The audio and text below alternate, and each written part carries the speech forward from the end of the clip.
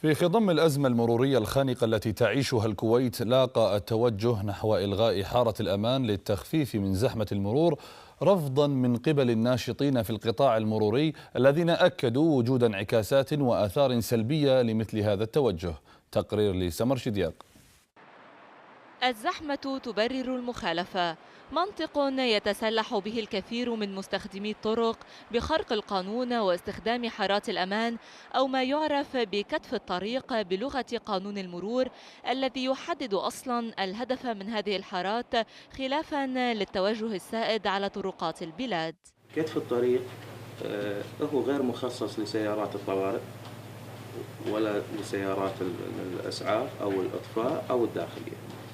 كتف الطريق في قانون المرور وحسب قانون المرور تم تخصيصه لحالات التوقف الاضطراري، بمعنى لو أنا ارتفع عندي السكر أو فيني أزمة قلب أو غيرها من الأمور أو تعرضت سيارتي لأي خلل فني، أنا أستخدم كتف الطريق. لكن الوضع الحالي بدأت الجهات الأمنية أو الجهات المسؤولة تستخدم كتف الطريق لسهولة الوصول إلى مكان الحدث. وبهدف الحد من الاختناقات المرورية يتردد توجه لإلغاء حارات الأمان لتوسعة الطرق سيما السريعة منها. هل من الشيء الصحيح أني أنا ألغي حارات الأمان؟ يعتمد على مكان الشارع.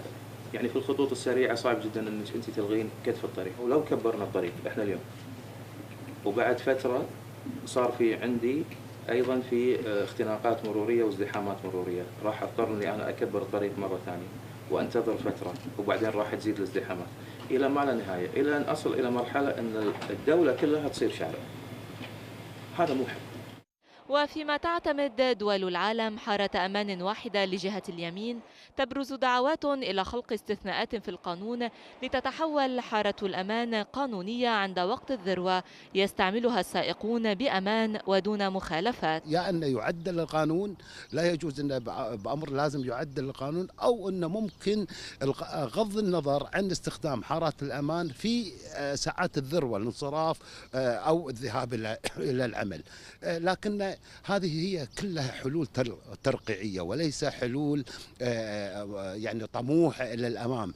إن احنا مهما وسعنا الحارات، مهما وسعنا الطرق، ما عندنا أعداد السيارات قاعد تزداد، قاعد تنزل عندنا سنويا 120 ألف سيارة. ورغم ما تؤكده لغة الأرقام من وقوع 27 حادثا خلال عام نتيجة استخدام حارات الأمان بصورة غير قانونية، إلا أنه بحسب المراقبين لا يمكن مواجهة أزمة بأزمة أكبر.